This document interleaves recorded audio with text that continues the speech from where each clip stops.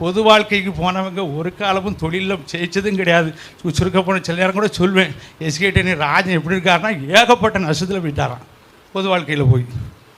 பொது வாழ்க்கைக்கு போனவங்க ஒரு காலமும் தொழிலில் ஜெயிச்சதும் கிடையாது. சுருக்க போன சில நேரம் கூட சொல்வேன், எஸ்கேடி ராஜன் எப்படி இருக்காருன்னா ஏகப்பட்ட நஷ்டத்தில் போயிட்டாராம் பொது வாழ்க்கையில் போய். பொது வாழ்க்கைக்கு போனவங்க ஒரு காலமும் தொழிலில் ஜெயிச்சதும் கிடையாது. சுருக்க போன சில நேரம் கூட சொல்வேன், எஸ்கேடி ராஜன் எப்படி இருக்காருன்னா ஏகப்பட்ட நஷ்டத்தில் போயிட்டாராம் பொது வாழ்க்கையில் போய். இவர் மலையில் பூரா கம்பெனி பூரா உள்ள தண்ணிக்குள்ளே போயிட்டு 60 கோடி ரூபா அவங்களுக்கு லாஸ் ஆகிருக்கு. சொந்த தொழில் வச்சுருக்கோம், பொது வாழ்க்கைக்குள்ளே போனால் தொழில் கஷ்டத்துக்கு, ஏன்னா நமக்கு எதிரிகள் கூடிடுவாங்க. எதிரிகள் கூடி நமக்கு சிரமத்தை கொடுக்க ஆரம்பிச்சிருவாங்க. இப்போ எதிரிகளால் தான் நாங்கள் கோயம்புத்தூர்கார் சொன்னார்ல, எத்தனையோ கோடி இழந்தோன்ட்டு, கிட்டத்தட்ட பல கோடியை நாங்கள் சிரமப்பட்டு இழந்த ஆட்கள். அது பூரா உழைச்ச பணம் போச்சு. அது காரணம் என்ன? பொது வாழ்க்கை தான். ஆனால் நமக்கு தொழில் இருந்தால் தான் நம்மளை யாரும் மதிப்பாங்க. அதனால் அடுத்து நம்ம என்ன செய்யணும், நம்ம தொழிலில் கான்சன்ட்ரேட் பண்ணுங்கள். பல கோடி, வேறு 5 கோடி 10 கோடி கிடையாது, பல கோடி 2 கம்பெனிக்கு உள்ள லாஸ். அது ஹெவியில் லாஸ். யோசிச்சு பாருங்கள், கஷ்டப்பட்டு இத்தனை வருஷம் அண்ணன் தம்பியை 5 ஊர் உட்காந்து சம்பாதிச்சு இவ்வளோ டெவலப் பண்ணி இவ்வளோ டாப்பில் இருக்க வேண்டிய ஒரு பெரிய ஒரு கம்பெனியை முதல்ல நல்ல அழகான போயிட்டு இருக்கும்போது அதை நம்ம டெசிஷனில் ஆட்கள் பூரா இவங்கள, ஆனால் நீங்கள் வந்தால் உங்களுக்கு அந்த வாய்ப்பு இருக்கும் இந்த வாய்ப்பு இருக்குன்னு சொல்லி முதல்ல இழுத்து விட்றாங்க. அதுக்கு நான் மெயினாக ஆப்போசிட்டாக மெயின் காரணம் மனோகரன் ஒன்று, நான் ஒன்று, நாங்கள் 2 பேரும் தான். நான் அங்கேருந்து கிட்டத்தட்ட ஃபோனை போட்டு வரட்டுவேன்னு வரட்டுவேன். இங்கே மனோகரன் கிட்ட கற்றுன்னு கற்றுவார். இவங்களுக்கு காது கொடுத்தே கேட்கல. அதாவது முதல்ல ஒரு ஸ்டெப்பு கீழே வர்ற காரணமே தான். அதுக்கப்புறம் அடுத்த எலெக்ஷன் வந்துச்சு, இவர் வந்தார், இவர் ஜெயிச்சார். அதை வச்சு இவர் லாபம் பெறல, இவங்களை வச்சு மற்றவங்க லாபம் பெற்றாங்க. அதுக்கு அடுத்து நெக்ஸ்ட்டு வருது.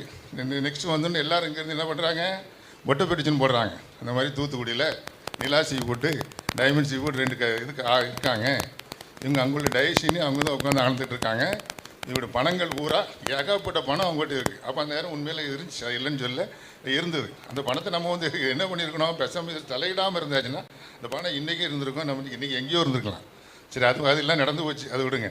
பாசமிக்க அண்ணன் பால்பாண்டியனுடைய மறைந்து ஓராண்டு சோத்திர கூட்டத்துக்கு வந்திருக்கின்ற அனைத்து குருமாருக்கும் நன்றி தெரிவித்துக் கொள்கிறேன். குடும்பத்தார் அனைவருக்கும் நன்றி தெரிவித்துக் கொள்கிறேன். வந்திருக்கிற அனைத்து சகோதரர்கள், உறவினர்கள், எங்கள் அண்ணன் சத்யநாராயணன் மற்றும் வந்திருக்கிற வியாபாரி பெருமக்கள், நண்பர்கள் அனைவருக்கும் நான் நன்றியை தெரிவித்துக் கொள்கிறேன். எப்படி என்றால், அண்ணனை பற்றி சொல்ல வேண்டியனா நிறையா. அவர் ஒரு சரித்திர நாயகன். எப்படின்னு நான் சுருக்கமாக சொல்லணும்னா, அவர் எங்கள் மைனிக்கு கணவனாக இருந்ததில்லை, தெய்வமாக இருந்தவர். அதேபோல் எங்கள் பிள்ளைகளுக்கெல்லாம் 5 பிள்ளைகளுக்கு அவர் தகப்பம் கிடையாது, கிட்டத்தட்ட 2000 பிள்ளைக்கு அவர் தகப்பனாக இருந்தவர். எங்களை மாதிரி வியாபாரி கடைக்காரர்களுக்கு, அத்தனை வியாபாரிகளுக்கும், எங்கள் கம்பெனி ஸ்டாஃபுக்கு, எங்களுக்கு சகோதரிகளுக்கு தகப்பன் எப்படி நடப்பாரோ அதே போல் எங்களெல்லாம் வழிகாட்டின ஒரு அன்பு நிறைந்த அண்ணன் பால்பாண்டி அண்ணன். அவங்க மறைந்து ஒரு ஆண்டு ஆகிவிட்டது. எல்லாத்துக்கும் பல கஷ்டங்கள், வேதனைகள், துன்பங்கள், துயரங்களை தாங்கிக்கிட்டு தான் இருக்கிறோம். இருந்தாலும் கடவுளுடைய சித்தம். அவங்களும் கிட்டத்தட்ட ஒரு 80 வயசில் மறித்தாங்க, சந்தோஷம். ஆனால் அவங்க மறித்தவுடன் நான் அவங்க இருக்கும்போது சொன்னேன், தம்பி வந்துரு கம்பெனிக்கு. நாங்கள் வந்தேன், பார்த்தேன். அப்புறம் அண்ணன் திடீர்னு மறித்தோன்னே எங்களுக்கு பெரிய இழப்பு. அவங்க மறிக்க மாட்டாங்கன்னு ரொம்ப எதிர்பார்த்துருந்தோம். மறித்த பிறகு கம்பெனியில் இருந்த போராட்டங்கள், அதை நாங்கள் ரொம்ப கஷ்டப்பட்டு இருக்கும்போது திடீர்னு என்னென்னு தெரியல, கடவுளுடைய சித்தம், பெரிய வெள்ளம் எங்களுக்கு ஒரு பெரிய பாதிப்பு.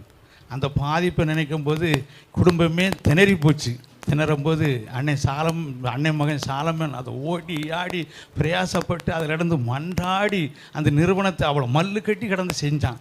3 நாள் கழித்து போகும்போது இப்படி இருக்குது சித்தப்பான்னு பார்த்து அப்படியே கண்கலங்கி வந்தேன். வேறு என்ன செய்ய, நம்ம பொறுப்பு எதிர்க்கு, ஏற்கனவே பிரச்சனை, இதுக்கு மேலே இப்படி பிரச்சனையா, கடவுளேன்னு வேதனைப்பட்டு இருக்கும்போது என்ன செய்ய, பிள்ளைகிட்டலாம் கேட்கேன், ஏம்மா சிரமமாக இருக்குது, ஏதாவது கொஞ்சம் ஹெல்ப் பண்ண முடியுமா அப்படிலாம் கேட்கும்போது எல்லா பிள்ளைகளும் சந்தோஷமாக சிரித்தாங்க. வெளியே நீங்கள் பாருங்கள் சித்தப்பான்ட்டாங்க. விழுந்தடிச்சு ஓடினேன். சாலமே வேறு வழியிலடா, சித்தப்பா ஒருத்தர்கிட்ட சொன்னேன், அவங்க ஒரு 5 கோடி கொடுத்தாங்க. இன்னொருத்தர் சொன்னேன், ஒரு 2 கோடி கொடுத்தாங்க, காணாது, பணம் ரொட்டேஷனுக்கு வேணும், வா அங்கே நிலாசிபுடு போவோன்னு. சரி, அப்போ யாரெல்லாம் போக, நீ நான் கிரிட்டா 3 பேரும் போகணும். போய் அந்த மைண்ட்டை கேட்ட ஒரு நிமிஷத்தில் ஒன்றுமே சொல்லாமல் 16 கோடி கொடுத்தாங்க. எத்தனை கோடி? 16 கோடி எங்கள் நிறுவனத்துக்கு. எல்லாரும் ஒரு பைசா எனக்கு தரல, ஆனால் சொந்தமும் தரல, பிள்ளைகளும் தரல. 16 கோடி கொடுத்தாங்க. கொடுத்து சமாளிச்சுக்கிட்டு இருக்கும்போது திடீர்னு நிறுவனத்தில் கொஞ்சம் அது ஒரு சின்ன சிரமம். அந்த சிரமத்தில் என்ன, அன்றைக்கி போனஸ் எல்லா பிள்ளைகளும் வந்து மல்லு கட்டுதுங்க, போனஸ் போடுங்க சார் 2 மாதம் ஆகிட்டு என்ன செய்யுங்கும்போது அப்போ முருகேசன் இருக்கான் எங்கள் நிர்வாகத்தில் முக்கியமான ஆள், பொறுப்புள்ள முருகேசன்கிட்ட கேட்கேன், என்ன முருகேசன் அப்படிங்கும்போது, சார் வேறு வழி இல்லை, எங்கிட்டாவது இன்னொரு 5 கோடி நீங்கள் ரெடி பண்ணுங்க. நான் எங்கேப்பா போய் பண்ணேன் அப்படின்னு சொல்லும்போது, நீங்கள் தான் முடிவெடுக்கணும் சார். சரி ஃபைனலாக என்னப்பா வேணும்னு 3 கோடி தாங்க சார். நான் வந்தேன் மனைவிட்ட, நீ ஒரு 3 கோடி தரணுமான்னு. என் மனைவி ஒன்றும் சொல்லலை, 3 கோடி வேணுமா எவ்வளோ வேணுமா கையெழுத்து போடுறேன்னாங்க. போடு ஒரு 3 கோடி எடுத்து கொடுன்ட்டு உடனே கொடுத்து செஞ்சோம். அது என் மனைவிக்கு நான் நன்றியை தெரிவிச்சுக்கிட்டேன், நிலாவதி மைனுக்கு நன்றியை தெரிவிச்சுட்டேன். எங்கள் அண்ணனை பற்றி நான் சொல்லணும்னா, எங்கள் அண்ணன் சிறு வயதிலிருந்து உழைத்து எங்கள் குடும்பத்தை முன்னேற்றின ஒரு ஆள். எங்கள் பால்பாண்டியனே, எங்கள் சத்யநாதனே, எங்கள் மனோரனே, இந்த 3 பேரும் உழைப்பால் எங்கள் குடும்பத்தை கொண்டு வந்தவங்க. நாங்கள்லாம் கொஞ்சம் சின்ன ஆட்களாக இருந்தாலும் எங்கள் துவராஜனெல்லாம் படிப்பில் போயிட்டார், சந்திரன் படிப்பில் போயிட்டார். அவங்கெல்லாம் இந்த ரொம்ப கீழ்மட்ட உழைப்புக்கு வரல. கீழ்மட்ட உழைப்பு யார் என்றால் எங்கள் சத்யநாதனே, எங்கள் பால்பாண்டியனே, எங்கள் மனோரண்ணே, இந்த 3 பேர் தான் அடிப்படையில் எங்கள் நிறுவனத்தை தூக்கி நிப்பாட்டினவங்க. அப்படி எங்களெல்லாம் உயர்த்தி கொண்டு வந்தாங்க. எங்கள் பால்பாண்டியனுக்கு கடுமையான வியாதிகள் இருந்துச்சு. எப்படி இருந்துச்சு? பொறுப்புள்ள மனிதனுக்கு வியாதி வந்துடும். பொறுப்புள்ள மனிதன் சிந்திக்க வியாதி வந்துடும். எங்கள் பால்பாண்டியன் நிறையா வியாதி. அதேமாதிரி எங்கள் கம்பெனியில் எங்கள் பால்பாண்டியனுக்கு பிடிச்ச 2-3 சூப்பர்வைசர் இருக்காங்க, நிர்வாகிகள் சப்ளை பண்ணுற நாகேஸ்வரன் இருக்காங்க. கேட்டிங்கன்னா இந்த மூர்த்தின்னு ஒரு மணமேல் கூடிய ஒரு சூப்பர்வைசர் இருக்கார், விஜயகுமார் ஒருத்தர் இருக்கார், பாண்டியன் ஒருத்தர். இவங்களுக்குலாம் நோய் காரணம் எங்கள் கம்பெனியே நினைப்பாங்க. 40 வருஷம் எங்கள் கம்பெனிக்காக மல்லு கட்டினவங்க, அவங்க மல்லு கட்டி உழைச்சி கொடுத்தவங்க. எங்கள் பால்பாண்டிக்கு எப்படி வியாதிகளோ அவங்களுக்கு அப்படி தான் இருக்கும். காரணம் யார் நிறுவனத்தில் பொறுப்பாக இருக்காங்களோ அவங்களுக்கு நிச்சயம் வியாதி வந்துடுது, சுகர் வந்துடுது, ப்ரெஷர் வந்துடுது, அல்சர் வந்துடுது.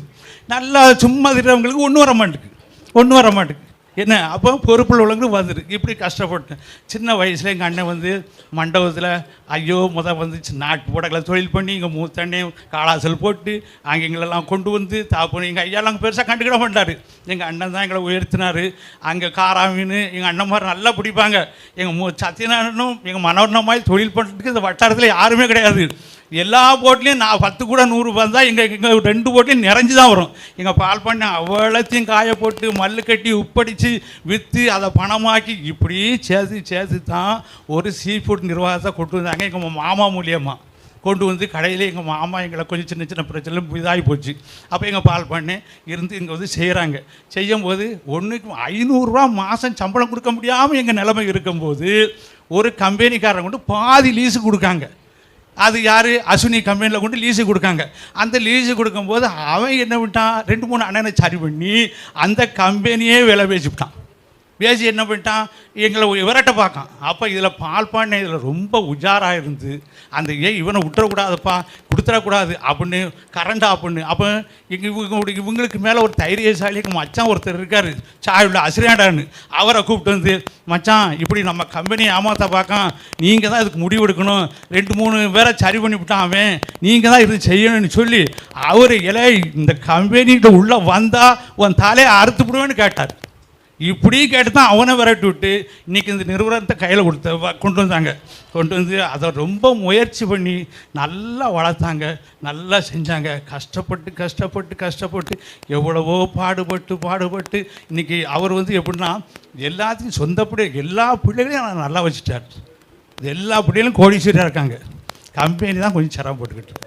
ஆனால் எல்லா பிள்ளைகளும் கோடீஸ்வரியாக இருக்க, அண்ணன் பிள்ளைனாலும் சரி, அவர் பிள்ளைனாலும் சரி, நானாலும் சரி, எல்லாரையுமே அவர் நல்லா வச்சுட்டு போன மனுஷன். அதுக்காக யாருக்கும் ஒரு குறை இல்லை. அவர் இன்றைக்கி ஒன்று வேணும்னா அதே மாதிரி எல்லாத்துக்கும் கொடுப்பார். அப்படி எங்கள் நிர்வாகத்தை உயர்த்தி எங்கள் நிர்வாகத்தை இப்போ எங்கள் கையில் கொண்டு கொடுத்துருக்காரு. ஆனால் கொஞ்சம் சிரமப்பட்டுக்கிட்டு இருந்தாலும் கர்த்தர், ஆனால் நிச்சயம் நாங்கள் அந்த நிர்வாகத்தில் முன்னேறுவோம். ஆனால் பிள்ளைகள்லாம் ஒற்றுமையாக இருந்து செய்யணும்னு ரொம்ப ஆசை. என் கோயம்புத்தூர்காரர் சொன்னார், ஒற்றுமை வேணும், கையில் நிர்வாகம் இருந்தால் தான் நம்ம வந்து நம்மளை மதிப்பாங்க அப்படிங்கும்போது. ஆனால் எங்கள் பால் பண்ணை வந்து எப்படின்னா காலைல 6 மணி 5:30 மணிக்கு கம்பெனி போவாங்க, 5:30 மணிக்கு கம்பெனி போவாங்க, திருப்பி 8:30க்கு வந்துடுவாங்க, நைட்டு 8:30க்கு வருவாங்க. இப்போ இருக்கிற பிள்ளைலாம் 11 மணிக்கு வராங்க, மதியத்துக்கு மேலே ஆளே காக்க முடியலை. இப்போ அப்படி வராங்க கம்பெனிக்கு. ஆனால் அவங்க வந்து வேலை செஞ்சதில் 100ல் ஒரு 10% கூட எந்த அது இப்போ அது நான் கோடு போட்டால் ரோடு போடுறது இப்போ சாலமும் தான் போட்டு கொடுத்துட்றான், மற்றெல்லாம் போட மாட்டேங்க. ஆனால் எங்களுக்கு ஒத்துழைப்பு கொடுக்காக எப்படின்னா பிரபாலோ கிரீட்டாவோ இருந்தாலும் இன்னும் முழு ஒத்துழைப்பு கொடுத்தா தான் நம்ம இந்த நிறுவனத்தை நம்ம பேரும் புகழோடு கொண்டு வர முடியும். ஏன்னா அண்ணன் நாங்கள் வந்து எப்படின்னா சகோதரர் வந்து எங்களை மாதிரி ஒற்றுமை யாரும் இருந்ததில்லை. எங்களை மாதிரி பண பிரச்சனையிலா சொத்து பிரச்சனையா வெளிநாட்டில் என்ன பண்ணுவான்னா தாவுப்பமாறு வந்து பிள்ளைகளுக்கு சொத்து சேர்க்க மாட்டான். ஏன்னா இவங்க சண்டை ஓட்டு கிடப்பாங்கன்னு அவன் உழைச்சிக்காமா. எங்கள் அண்ணன் மாதிரி சொத்து சேர்த்தாலும் நாங்கள் ஒருத்தரும் சண்டையும் போடல, வம்பும் பண்ணல, பணத்துக்கும் போடல, சண்டைக்கு போடல. ஆனால் இப்போ உள்ள காலத்தில் பிள்ளைகள்லாம் ரொம்ப இது. நான் எங்கள் பால்பாண்டன் சொல்லியாச்சுன்னா நானும் எங்கள் மூத்தண்ணன் சத்யநாராயணன் என்னன்னே பார்க்க மாட்டோம், கையெழுத்து போட்டு கொடுத்துட்டு தான் இருப்போம். அப்படி இருந்தோம். இப்போ ஒரு கையெழுத்து போடனா 3 மாதம் ஆகுது கையெழுத்து போட்டு தர்றதுக்கு. அந்த மாதிரி பிள்ளைகளுடைய எண்ணங்கள் வந்து விட்டது. ஆனால் இதுக்கெல்லாம் நீங்கள் வந்து ஒத்துழைப்பு கொடுக்கணும். ஏன்னா அண்ணன் வந்து இப்போ மறித்து 1 வருஷம் ஆச்சு. ஆனால் அவங்க பார்த்துக்கிட்டு இருப்பாங்க நம்ம நிறுவனத்தை பிள்ளைகளை எப்படி நடத்துகிறாங்க, எப்படி செய்கிறாங்க, யார் எப்படி. இப்போ இங்கே நாங்கள் பால்பாண்டியன்ட்டு எப்படி கட்டுப்பட்டு இருந்தோம், எந்த அண்ணனும் மீற மாட்டோமே, ஒருத்தர் கூட மீற மாட்டோம். ஒருத்தர் கூட அவர் சொல்லியாச்சுன்னா சொல்லுதான் வேத வாக்காக நாங்கள் நினச்ச ஆட்கள்.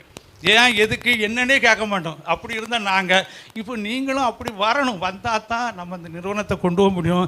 ஏன்னா அவங்க இருந்து கஷ்டப்பட்ட கிட்டத்தட்ட 5-6 பேர் இருந்து கஷ்டப்பட்டவங்க. இங்கே சந்திரனை எங்களோட பிரியும் போதெல்லாம் சமாதானமாக அனுப்பி வச்சாங்க. ஆனால் அவர் வந்து கொஞ்சம் நல்ல உழைப்பில் கூடினாள். எங்கள் 5-6 பேரோட அவர் வந்து உழைப்பில் நல்ல 14 மணி நேரம் ஒரு நாளைக்கு வேலை செய்யணும்னு சொல்லுவார் என்கிட்ட. அப்படி உழைச்சி இருந்தாருன்னா அவர் எங்களோட பல மடங்கு மேலே இருப்பார். காரணம் இந்த பொது வாழ்க்கைக்கு அவர் போக மாட்டார். எங்கள் அண்ணன் மாதிரி கொஞ்சம் பொது வாழ்க்கை போய் நிறைய பணங்களை இழந்து கொஞ்சம் சிரமத்துக்குள்ள ஆனாங்க. காரணம் என்ன, சொந்த தொழில் வச்சுருக்கோம், பொது வாழ்க்கைக்குள்ளே போனால் தொழில் வந்து கஷ்டத்துக்கு. ஏன்னா நமக்கு எதிரிகள் கூடிடுவாங்க. எதிரிகள் கூடி நமக்கு சிரமத்தை கொடுக்க ஆரம்பிச்சிருவாங்க. இப்போ எதிரிகளால் தான் நாங்கள் கோயம்புத்தூர்கார் சொன்னார்ல எத்தனையோ கோடி இழந்தோன்ட்டு. கிட்டத்தட்ட பல கோடியை நாங்கள் சிரமப்பட்டு இழந்த ஆட்கள். அது பூரா உழைச்ச பணம் போச்சு. அது காரணம் என்ன, பொது வாழ்க்கை தான். அதனால் நாங்கள் வந்து எங்கள் தொழில் உண்டு, நாம் உண்டு, ஏழைகளுக்கு கொடுக்கணும், ஆலயம் கட்டி கொடுக்கணும், ஸ்கூலுக்கு கொடுக்கணும். இப்படி இருந்தால் தான் நம்ம முன்னேற முடியும் இல்லையா. பொது வாழ்க்கைக்கு போனவங்க ஒரு காலமும் தொழிலில் ஜெயிச்சதும் கிடையாது. சுருக்க போன சில நேரம் கூட சொல்வேன், எஸ்கேடி ராஜன் எப்படி இருக்காருன்னா ஏகப்பட்ட நஷ்டத்தில் போயிட்டாரான் பொது வாழ்க்கையில் போய். அப்படிலாம் அது காரணம் என்ன, எல்லாம் பொது வாழ்க்கை தான். பொது வாழ்க்கைக்கு போகிறவங்க பொது வாழ்க்கைக்கெல்லாம் போனால் கஷ்டம்தான் ஏற்படும். தொழில் கேட்டு போயிடும். எங்கள் அண்ணனை மாதிரி பாசம் உள்ளவங்களும் கிடையாது, இன்னும் ஒருத்தர் வர போகிறதும் இல்லை, பிள்ளைகளும் இல்லை, அவரை மாதிரி இருக்க முடியாது. ஆனால் பாசமுக்க அண்ணனை நாங்கள் இழந்தது, தொழிலையும் கஷ்டம் இருக்குது. எங்கள் நிறுவனம் தன்னாடி அவர் இல்லைங்கிறது ரொம்ப வேதனையிடும். நான் மட்டும் இல்லை, 2000 பேர் தகப்பனாக நேசிக்கிற கம்பெனி அவ்வளோ பேரும் வேதனைப்பட்டு தான் இருக்கும்.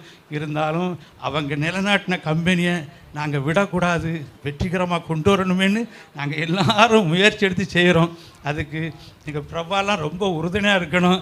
ஏன்னா அவள் தான் பெரிய அமெரிக்கா மார்க்கெட்டே கையில் வச்சுருக்கா, அதிகமான சேல்ஸு. இப்போ பிரபு ஜப்பான் மார்க்கெட்டை வச்சுருக்கான், அவன் தெளிவாக செய்கிறான். சாலமே அவ்வளோ எங்கள் மனவரனே மூத்த எங்கள் பால் பண்ண மாதிரி வெளி ரவுண்டு அத்தனை வேலையும் கண்ட்ரோல் பண்ணி செய்கிறான். இப்படி எல்லாரும் செஞ்சால் கம்பெனி நிச்சயம் நம்ம வந்து பிரச்சனையிலிருந்து நீங்கிடலாம், நல்லா வரலாம், நம்ம நிறையா பேருக்கு நன்மை செய்யலாம். உங்கள் அப்பா பேரையும் புகழையும் நம்ம கொடியேற்றலாம்.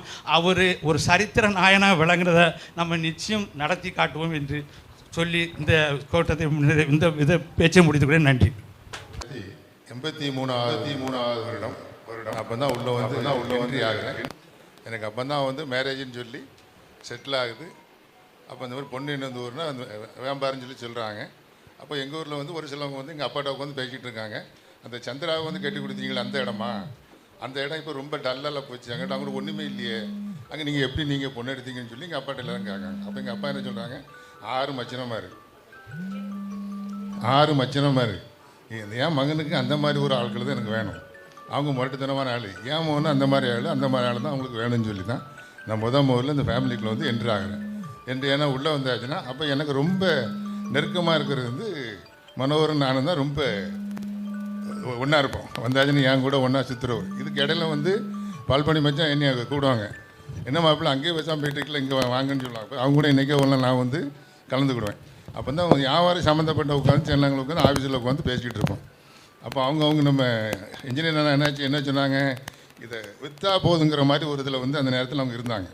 அப்போ தான் நான் சொல்லுவேன், வேண்டாம், உங்களுக்கு அழகான வந்து பில்டிங் இருக்குது, இடங்கள் இருக்குது, நீ பேசாமல் ஒரு பேங்கில் ஒரு லோனை வாங்கி நீங்கள் ஃபஸ்ட்டு நீங்கள் டெவலப் பண்ணுங்கன்னு சொன்னேன். அது எப்படி வந்து சாத்தியப்படுமான்னு கேட்டாங்க. கண்டிப்பாக சாத்தியப்படும். ஏன்னா ஒவ்வொருத்தரும் ஒவ்வொரு ஃபீல்டில் இருக்கீங்க, நீங்கள் நல்லா டெவலப் பண்ணலாம், நீங்கள் அருமையான ஒரு தொழில் நீங்கள் நல்லா வந்து பண்ணலாம்னு சொல்லி இந்த மாறி அங்கேருந்து அப்போ வந்து இந்த இப்போ மாதிரி செல்ஃபோனு இதெல்லாம் கிடையாது. எஸ்டிடி அடித்தா கிடைக்கும். நான் கூப்பிட்டு துர்ராஜ் மச்சாட்டும் பேசுவேன், அவங்க கூட பேசுவேன். நீ கண்டிப்பாக அந்த ஞாபகத்தை பண்ணுங்கள், இல்லை எப்படி பண்ண கிடக்கிறேன், நீ கண்டிப்பாக பண்ணுங்கன்னு சொல்லி நான் ப்ரெஷர் கொடுத்து அப்புறம் அவங்க தான் முதல்ல வந்து ஆரம்பித்தாங்க. இந்த டைமண்ட் சீ ஃபுட் வந்து ஆரம்பிக்கிறதுக்கு அப்போ இந்த நியூமராலஜி இதெல்லாம் வந்து பார்ப்பாங்க. அப்போ நான் அவங்களுக்கு வந்து என்னென்ன பண்ணுமோ அந்த வசதிகளை நான் வந்து பண்ணி கொடுத்தேன்.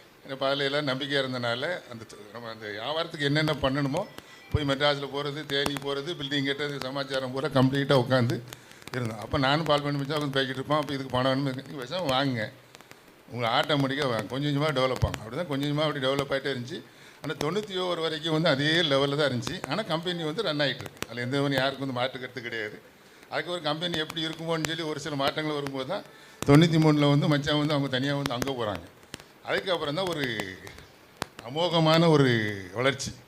ஒரு ஒன்று ஸ்டெப்பாக ஏறுது. ஒரு ட்ரிப்பு வந்து மன்மோகன் சிங் பேருன்னு நினைக்கிறேன், இந்த மணியை வந்து டிவேலேஷன் வந்து பண்ணுறாங்க. அப்போ ஒரு கேரளாக்காரர் ஒருத்தர் வந்து கம்பெனியில் இருக்கார். அப்போ அவர் வந்து ஒரு பாட்டில் வந்து வாங்கி கொடுத்தா அந்த எல்லோரும் வந்து வாங்கி கொடுப்பாங்கன்னு சொல்லி இவன் சனிக்கிழமை வாங்கி கொடுக்காம விட்டுட்டான். இது என்ன, சனிக்கிழமை வாங்கி கொடுத்தா இவங்க மண்டே மார்னிங் வந்து பேங்கில் வந்து பணத்தை எடுத்துருப்பாங்க.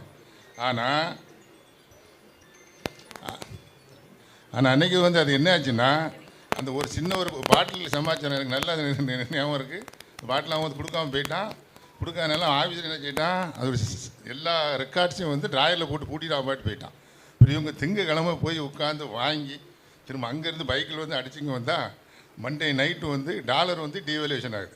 அதான் இவங்களுடைய ஃபஸ்ட்டு இவங்களுடைய பெரிய ஒரு கிட்டத்தட்ட 40 லட்ச ரூபா அப்போவுமே அந்த மணி வேல்யூவேஷன் வந்து டெவலப் ஆச்சு. அந்த 40 லட்சம் உள்ளே வந்தது தான். அதுக்கப்புறம் ஸ்டெப்பாக அப்படியே டெவலப் ஆனாங்க. அதுக்கப்புறம் இந்த ஒவ்வொரு வியாபாரம் திடீர்னு ஃபாரின் போகணுன்னாங்க. அப்போ நான் சொன்னேன் ஃபாரினுக்கு, சரி நீங்கள் இவங்களை அனுப்புங்க, துராஜ் மச்சானை அனுப்புங்க. ஏன்னா அதுக்கு முந்தி வந்து சந்திர மச்சான் போயிட்டு திரும்ப அவங்க கம்பெனி அவங்க தனியாக போயிட்டாங்க. அதுக்கப்புறம் இல்லை, நான் இப்படி தனியாக போனால் எனக்கு ஒரு மாதிரி இருக்கும்னு. அப்போ என்ன யார் பால்பண்ணி மச்சான், ஒரு வாரம்மா நீங்கள் வாங்க, எனக்கு இங்கே வேலை இருக்குது, என்னால் முடியாதுங்க, நீங்கள் வாங்கன்னு சொல்லி என்னை வந்து கம்பல் பண்ணி என்னை இழுத்து கொண்டு வந்து நாங்கள் ரெண்டும் தான் முதல்ல போகிறோம். ஜப்பான் போகிறோம், தைவான் போகிறோம், எல்லா நாடுகளுக்கும் போய் ஹாங்காங்கு, சிங்கப்பூர் எல்லாம் போய் எல்லா பார்ட்டிகளையும் பார்த்து நம்ம அதாவது எப்படியாவது டெவலப் ஆகணுங்கிற ஒரே வெறியில், அவருக்கு என்ன வெறி, அதே மாதிரி நம்ம ஆட்கள் பூரா நல்லா இருக்கணும், நம்ம பிள்ளைகள் எல்லாமே நல்லா இருக்கணுங்கிற ஒரே ஹோப்பில் வந்து அவ்வளோ ஹார்ட் ஒர்க் பண்ணோம். அதுக்கப்புறம் 2000க்கு அப்புறம் அதுக்கப்புறம் எங்கேயோ கம்பெனி வந்து மேலே போயிட்டுது. அதுக்கப்புறம் இப்போ பெருத்த ஒரு சந்தேகம் தான், எனக்கு பெருத்த ஒரு சந்தோஷம் தான், எந்த ஒரு மாற்றுக்கிறதே கிடையாது.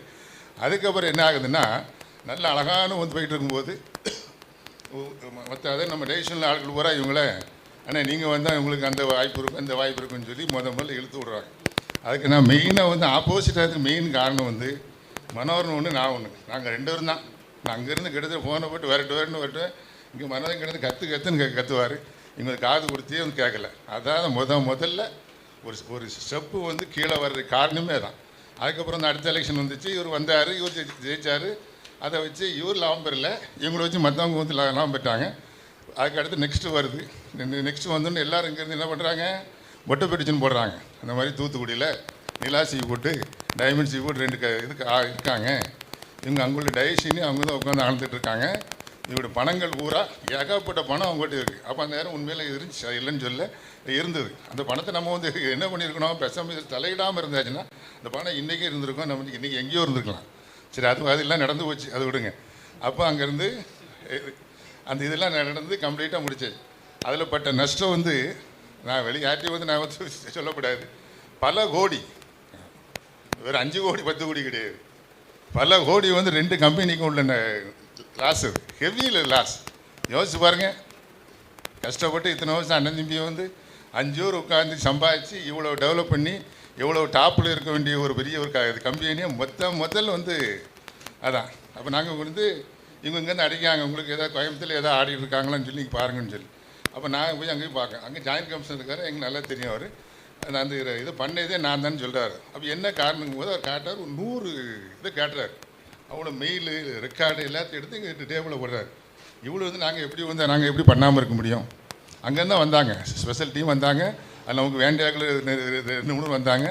அது ரொம்ப பாதிக்கப்படாத நம்ம மூத்தவர் தான். வந்தவொடனே எவ்வளோ வேணுமான்னு கேட்டு கொடுத்து அதில் ரெடி பண்ணிட்டார். எனக்கு அது தெரியும். அது முதற்கொண்டு எனக்கு அங்கே வருது. அவ்வளோதான். அப் டு டேட்டாக என்ன நடக்கோ அது வர வந்துட்டுருக்கு. இப்போ அதுக்கப்புறம் சொன்னீங்க பேசாமல் விடுங்க, அடுத்து பேசாம தொழில் நீங்கள் ஊக்காமல் நீங்கள் பாருங்கள். கிட்டத்தட்ட 6 வருஷமாக நான் அதாவது கொரோனாவுக்கு முந்தி வர நேரம் பூரா அப்போ துர்ராஜ் மச்சனா இருக்காங்க. நீங்கள் முதல்ல கம்பெனி இவ்வளோ பெருசாக இருக்குது, எல்லாம் கரெக்டாக என்னென்ன ஒரு ரெகுலேஷன் நீங்கள் பண்ணுங்கள், யாருக்கு எதை பார்க்கணும் என்ன பண்ணுங்கன்னு சொல்லி நீங்கள் அது பாட்டு அங்கே இருக்கீங்க. நீங்கள் ஏன்னா அப்போ நல்ல வருமானம் இருந்தாலும் அவங்க எல்லாம் சில பார்த்துக்கலாம்னு சொன்னாங்க. அப்புறம் அவர் போனதுக்கு இவர் போனதுக்கப்புறம் திரும்ப ஒரு டவுன். ஏன்னா கொரோனாவில் எல்லா வியாபாரமே டவுன், எங்கள் வியாபாரத்தை தவிர எல்லா வியாபாரமே டவுனு. எந்த இதுவும் கிடையாது மூவ்மெண்ட்டு. ஃபாரின் வியாபாரம் எல்லாமே கம்ப்ளீட்டாக அடிபட்டு போச்சு. அப்போ அதனால் என்னாச்சு, ஒரு மாதம் நீங்கள் என்ன இருந்தாலும் வட்டி நீங்கள் கட்டுறது நீங்கள் கட்டியே ஆகணும். அது நீங்கள் இல்லையோ மாட்டேன்னு சொல்லவே முடியாது. அவங்க பேங்காரன் கண்டிப்பாக அதுக்கு தரவே மாட்டான். அப்போ நான் சொன்னேன், இனி பேசாமல் கொஞ்சம் கேர்ஃபுல்லாக இருங்க. அதுக்கப்புறம் பார்த்தாங்க டவுன்லேயே அவங்க. அதுக்கப்புறம் ஒரு அப்பே இல்லாமல் போச்சு. அதுக்கப்புறம் மச்சான் எவ்வளோ ட்ரை பண்ணி பார்த்தாங்க. அதுக்கப்புறம் இன்டர்நேஷ்னல் மார்க்கெட்டில் அவ்வளோ ஒரு ஜோராக தெரில. அதனால் இப்போ சரி, அவங்க இறந்து 1 வருஷம் ஆச்சு. அவருக்கு நம்ம பண்ண வேண்டிய ஒரு மெயின் காரணம், இப்போ அவர் பிரச்சனை பேசினார், ரொம்ப சந்தோஷமாக அங்கே இருக்காருன்னு சொல்லுவோம். ஆனால் இங்கே பெருத்த ஒரு சந்தோஷத்தில் யாருமே இல்லை. அதாவது குடும்பத்துலேயோ கம்பெனிலையோ யாருமே இல்லை. அது நமக்கு நான் நினைக்கும் போது அது ரொம்ப வருத்தமாக இருக்குது, சஞ்சலமாக இருக்குது. என்னடா இவ்வளோ நல்லா இருந்துட்டு இப்போ ஒருத்தருக்கு கடந்து சண்டை போட்டுக்கிட்டு இழுத்துக்கிட்டு இருக்காங்களேங்கிறது என்னுடைய ஒரு மன வருத்தம். அதனால் இப்போவும் நான் சொல்கிறேன், அடுத்து நீங்கள் அதாவது செவுறு இருந்தால் தான் நம்ம எழுத முடியும். அதனால் நமக்கு தொழில் இருந்தால் தான் நம்மளை யாரும் மதிப்பாங்க. அதனால் அடுத்து நம்ம என்ன செய்யணும், நம்ம தொழிலில் கான்சன்ட்ரேட் பண்ணுங்கள். அதுமாதிரி ஃபேமிலிக்குள்ளே பிரச்சனைகள் எதாவது இருந்துச்சுன்னா நீ உட்காந்து எல்லாம் நீங்கள் பேசி நீங்கள் முடிவு பண்ணி, நீ யாருமே வரும்போது ஒன்று கொண்டு வர போகிறதில்லை, யாரும் கொண்டு வந்ததில்லை, இனி போகும்போது யாரும் கொண்டு போகிறதில்லை. அதனால் என்ன உண்டோ முன்னப்புறம் நீங்கள் பேசி தொழிலில் அடுத்து என்ன உண்டோ. ஏன்னா இப்போ கூட நான் லாஸ்ட் வீக் பேசிகிட்டு இருக்கேன்னு இங்கே கோயம்புத்தூரில் அப்போன்னு சொல்கிறான் சார், அவங்க என்எஸ்எஃப்பில் கூட ஒன்றும் பெரிய ஒரு டேமேஜ் இல்லாமல் இவங்களுக்கு ஹெவி டேமேஜ் ஆகாமல். அப்போ நான் சொன்னேன், இந்த மாதிரி மலையில் பூரா கம்பெனி பூரா உள்ள தண்ணிக்குள்ளே போயிட்டு 60 கோடி ரூபா அவங்களுக்கு லாஸ் ஆகிருக்கு. அப்படி இதை அவங்க உட்காந்து சமாளிச்சுட்டு இருக்காங்க.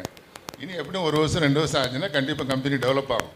நம்மளை விட்டு எங்கே பேசுகிறான், கோயம்புத்தூரில் இங்கே ஒருத்தர் எப்படி இருக்கான் என்னங்கிற விட்டு அங்கே உட்காந்து கேட்கான் என்கிட்ட. அதெல்லாம் ஒன்றும் கவலைப்படாதியா, நாங்கள் எப்படி எங்களை பார்க்குறதுக்கு எங்களுக்கு தெரியும்னு சொல்லி நான் சமாதானப்படுத்துகிறேன். அதனால் இந்த மாதிரி ஒரு சூழ்நிலையில் நான் மெயினாக எல்லாத்தையும் கேட்குறத தான், ஒற்றுமையாக இருந்து கம்பெனியை வளர்க்குறதுக்கு என்ன உண்டோ, கேஸை போட்டுக்கிட்டோ நான் வர மாட்டேன் நீ வர மாட்டேன்னு சொல்லி போயிடுச்சுன்னா இது 6 ஊர் அந்த 5 ஊர் சேர்ந்து கம்பெனிகளை ரெண்டாவது இந்த மாதிரி உங்களால் கொண்டு வரவே முடியாது. நல்லா நீங்கள் யோசிக்கணுங்க. ஏன்னா இதெல்லாம் ரொம்ப கஷ்டப்பட்டு வந்தது. அது கஷ்டப்பட்டவங்களுக்கு மட்டும்தான் அதோடைய வருத்தம்னு தெரியும். அன்பு என்ன பண்ணிருப்பாங்க, மூத்தவர் என்ன பண்ணிருப்பார், யார் என்ன கஷ்டப்பட்டாங்கிறது அவங்களுக்கு தான் தெரியும், உங்களுக்குலாம் தெரியாது. ஏன்னா எனக்கு ரொம்ப லக்ஸுரியாக இருக்கே. நீங்கள் அதாவது நினச்சா காரு, நினச்சா ஃப்ளைட்டு, நினச்சா அவார்ட் போறிய உழைக்கிறவங்க அதோடைய கஷ்டம் நஷ்டம் என்னங்கிறது தெரியும். அதனால் நீங்கள் நான் எல்லாருக்கும் அதான் சொல்கிறேன். நீங்கள் நான் சொன்னது நீங்கள் தப்பாக எடுத்துக்கிட்டாலும் சரி தான், அதில் நீங்கள் கேட்கலையோ என்னுடைய அட்வைஸ் ஹோல் ஃபேமிலி ஹோல் டிஎஸ்ஓவுக்கு மெயின் நான் சொல்கிறது அதான், ஒற்றுமையாக இருந்துங்க. நீங்கள் என்ன பிரிக்கணுமோ, யாரும் ஒன்றும் அவள் 1 லட்சம் சாப்பிட்டா அவளுக்கு ஒன்றும் ஆக போகிறது, 1 லட்சம் சாப்பிட்டா அது அவளுக்கு ஒன்றும் ஆக போகிறது இல்லை. அதில் நீங்கள் உட்காந்து பரவாயில்ல, அவள் தானே எடுத்துகிட்டு போகிறான், வேணால் எடுத்துகிட்டு போகிறான், உட்காந்து கிளியராக அழகாக காம்ப்ரமைஸ் பண்ணி உட்காந்துட்டு தொழிலில் நாட்டத்தை காட்டுங்க. தொழில் இல்லைன்னா நமக்கு ஊரில் மரியாதையும் கிடையாது, எவனும் நம்ம எட்டியும் பார்க்க மாட்டான், ஒரு இது நடக்காது. பாருங்கள், நல்ல ஒரு வாய்ப்பு எனக்கு தந்தீங்க. நீங்கள் ஆறுதல் கூட்டம், இந்த ஒரு காரியம் நீங்கள் பண்ணாலே அதே எனக்கு எங்கள் அக்காவுக்கு ஒரு பெரிய ஒரு ஆறுதல். அக்காவுக்கு பெரிய ஆறுதல் எதுனா அவங்களுக்கு மனக்கவலைகள், இந்த வயசுலேயும் அவங்க இவ்வளோ மனக்கவலைகள் படணும்னு சொல்லி அவங்களுக்கு என்ன இருக்குது. இப்போ அவங்க இருக்கிற வரைக்கும் அவங்க மச்சான் அவங்க ஊரை தோளில் போட்டு அவங்க ஊரை எல்லாம் சேர்த்துக்கிட்டாங்க. பட் இப்போ அவங்க ஊரை எல்லா சமயம் இவங்க தான் ஏற்றுக்கிட்டாங்க. அவங்களை பார்க்குறதுக்கு நமக்கு கஷ்டமாக இருக்குது. நான் ஆரம்பத்தில் ஏன் ரொம்ப பாசமாக இருக்குது அவங்க ஊரால் தான். நான் ஊருக்கு போனால் மெயினாக என்னை பார்க்குறது கொள்வது இல்லை அவங்க தான். அதுக்கப்புறம் தான் அன்புலாம் வந்தாங்க. அதுக்கப்புறம் அதை விட்டால் சந்திரா வீட்டில் இருப்பேன். அப்படி 2 வீட்டில் தான் மாறி மாறி இருப்போம். தவிர நம்ம எப்படி இருந்தோம், இப்போ எப்படி இருக்கோம், இனி எப்படி வரணும், பின்னால் இதே நிலைமை நம்ம வந்து நீடிக்கணும். அதுக்கு உங்களுடைய ஒத்துழைப்பு, எல்லாருடைய ஒத்துழைப்பு வேணும். சேர்ந்து உட்காந்து நல்ல முறையில் நீங்கள் செய்கிறது தான் என்னுடைய ஆசை. எனக்கு நல்ல ஒரு வாய்ப்பை கொடுத்தீங்க. வாய்ப்புக்கு நன்றி, வணக்கம்.